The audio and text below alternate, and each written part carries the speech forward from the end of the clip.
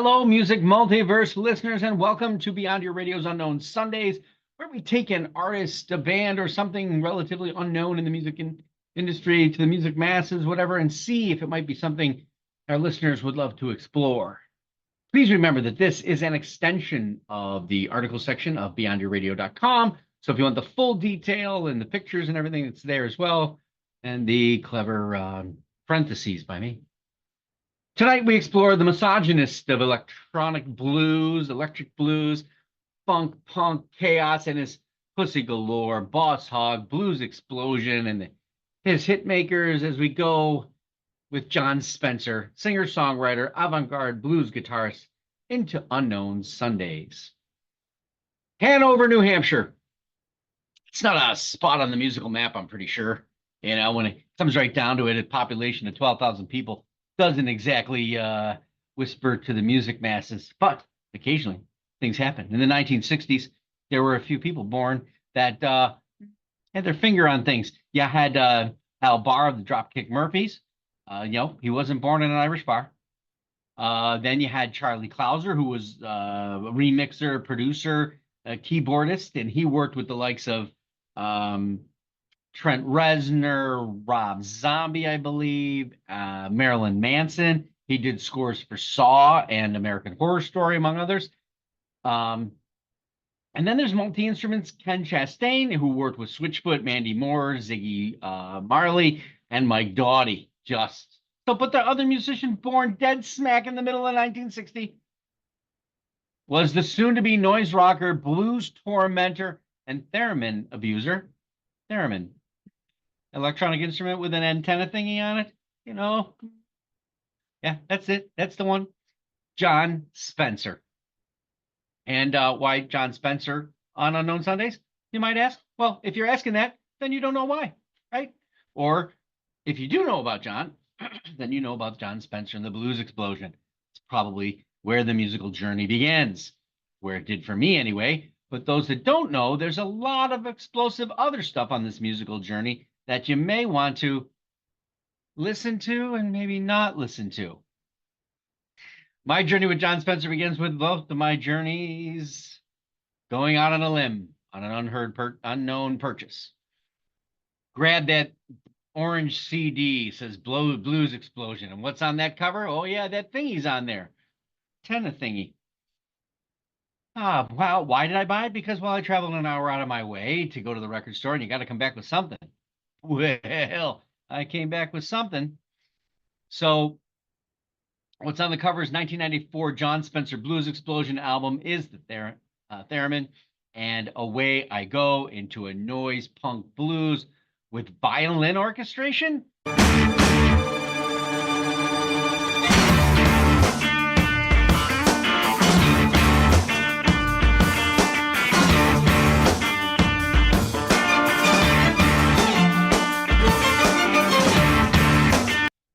Yeah. Bell Bottoms starts it right off. First song, gets you right in there. Stevie Ray Vaughan, This Ain't.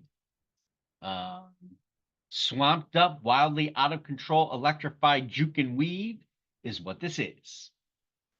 Oh, and the disregard for lyrical need that does anything but announce is pure infectious boogie movement. It's like Elvis on the mic at a Vegas fight, in a Blues Brothers movie, in a rockabilly senseless beatdown. And that's the first song. Yeah. Wowzers. Needless to say, the explosion in the title and band are that, and exploratory as well. So, which is music to my swallowing ears. Gulping away at it is basically me and my overindulgence. So, bang on, got to get me more of this Jon Spencer Blues Explosion, for sure. And of course, over a span of time and hundreds of used bin perusings, I filled my shelf at S for Spencer. I'm fairly certain that there is not a standard music instrument, harmonica, guitar, bass, that wasn't tortured or abused in some way in the musical span of this man's career, exploring and energetically entertaining people with an appreciation for the scope, range, and ability of the blues. But in order to appreciate what's happening here, if you can't go out on a limb that fast, like I do, let's take you back to James Bond's favorite band, Pussy Galore. As I'm writing this, I currently do not have a solitary album from this Jon Spencer first, we'll call it, band, right? I think I'm too scared to go back into the catalog, to be honest with you, because the first album cassette, his band decided to take on a masterpiece, one of the greatest produced albums of all time, the Rolling Stones' Exile on Main Street. Here's one of their covers, if YouTube will let me play it.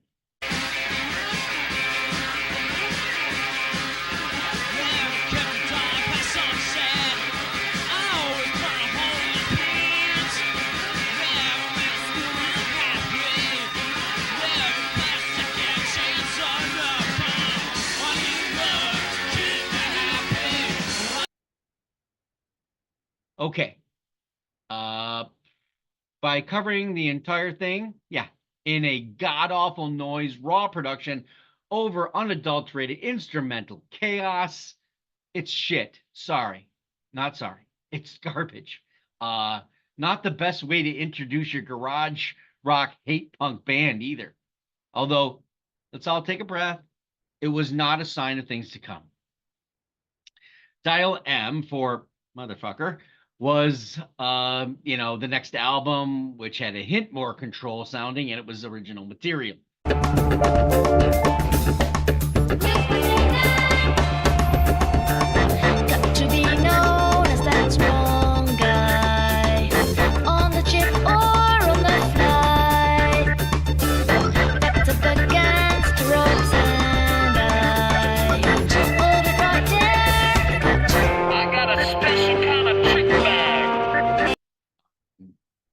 Give you a hint of that.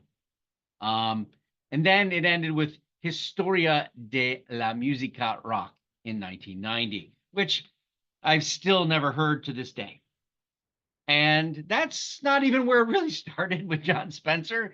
Actually, had a band called Shithaus back at Brown University. One thing all of these have in common is anger. It seems to me anger toward the blues, toward rock, toward these over-bloated people like the Rolling Stones. That's not a healthy relationship. I think it's actually what it sounds like, just that they're angry and pissed that they didn't create it. I'm not sure if that's what Jon Spencer actually admitted to, but he did say that that anger didn't lead to good things. So let's get to the real joy and positive upheaval that threw the spark and blues explosion instead of dwelling on a rather musically thrashy past. Fair, right? We don't start off right away with the blues explosion. In fact, we get a fairly cool straight up punk blues band fronted by a good female vocal and Jon Spencer. In fact, Boss Hogg's major debut, self-titled, of course, has a lot in connection to the blues attitude of the Rolling Stones. Well, wait a minute. Maybe they're accepting it now. No, accept it, enjoy it, appreciate what these guys brought. Hell, Jon Spencer even sounds like Mick Jagger when he's singing sometimes. Sounded like Elvis too previously. So I don't know whether he's jabbing or stabbing. Doesn't matter. Sounds cool.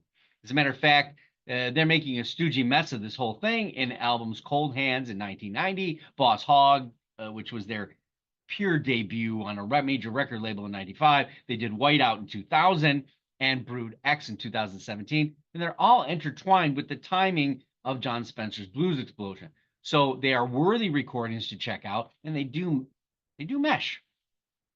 So he wasn't done yet. He actually did another album for 1 year in 1991 called Hung Far Low on a band called the Honeymoon Killers, which might be another rabbit hole if you want to partake of it.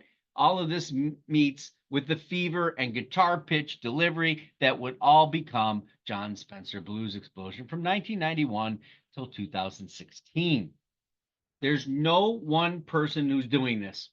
I can't think of an individual who's got this kind of balls to the wall, throwing it all out there, fearlessness approach to fucking with the blues as Jon Spencer does.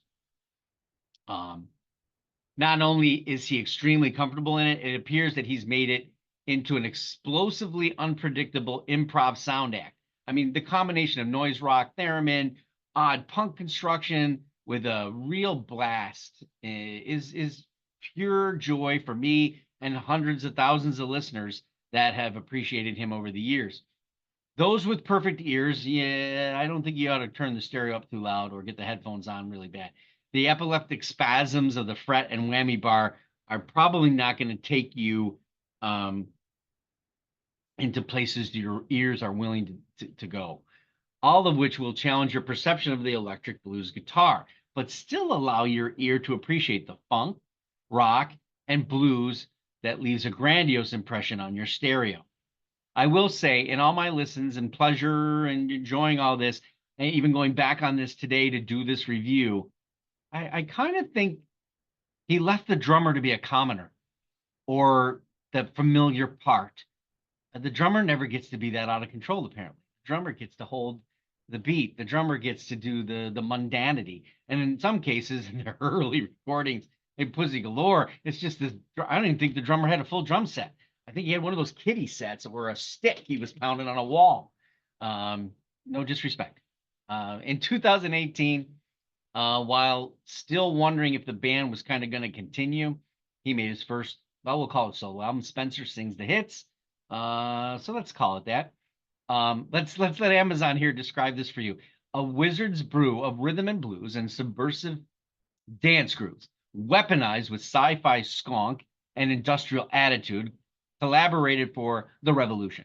A Molotov cocktail sound guaranteed to destroy any postmodern hangover. What he said. No one sings about trash cans better than Jon Spencer. Trash can. Oh yeah! Come on, baby. I'll make that scene and make a scene. I'll raise a rocket fuck. Attention, boys. Get down. Big bang, boom, big bang, bang, boom, boom, bang. And he makes it better than Oscar the Grouch, right? Making you love it. No songwriting awards happening here, or probably ever for him. But here comes Spencer Gets It Lit by Jon Spencer. And the Hitmakers in 2022 was on my album, 22 albums of 22. And he's back up to his electrical tripified blues in a Hitman-like style instead of explosion, I guess. It's not much different. He's keeping it real in his wheelhouse. What does that mean? Really, it's a continuation of his minor evolution, but it still kicks major blues, electric ass, theremin spasms as well. Before I leave you, there is one album you have to check out. It's a little off the radar, but it's worth it, and it's a pure throwdown of styles and emotion, we'll call it, from funk to theremin to electronica and Jon Spencer's bluesy tendencies. However, it does add one little element that he'd been missing, maybe. The album is called Amsterdam Throwdown, King Street Showdown. And it features Boss Hogs, Christina Martinez, Jon Spencer, and Dutch DJ mix mistress Elizabeth Solex Esseling. This is the one that's accessible and progressive modern mix that will be a lovely icing on your Jon Spencer Blues Explosion hit making Boss Hog and Pussy Galore good blues punk and rock time. Boom. You're welcome. Got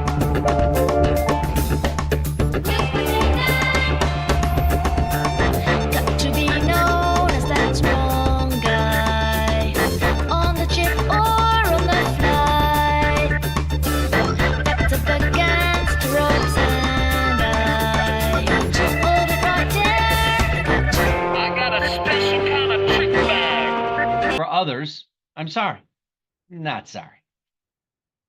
Albums in my collection from Jon Spencer. I have 1993's Extra Width, 1994's Orange, 1996's Now I Got Worry, 1998's Acme, 2000's Experimental Remixes, 2002's Plastic Fang, 2004's Damage, 2010's Acme Plus, which goes back to Acme, 2015's Freedom Tower, No Wave Dance Party, which also was an album in consideration in the top 15 in 2015, and then 2022's Jon Spencer Gets It Lit. Did you know Jon Spencer, Pussy Galore, Boss Hog, the Blues Explosion? Tell me about it. What was your impression? And I want to hear about that drum. We'd love to hear from you. Comment, like, subscribe. We're having a ball here.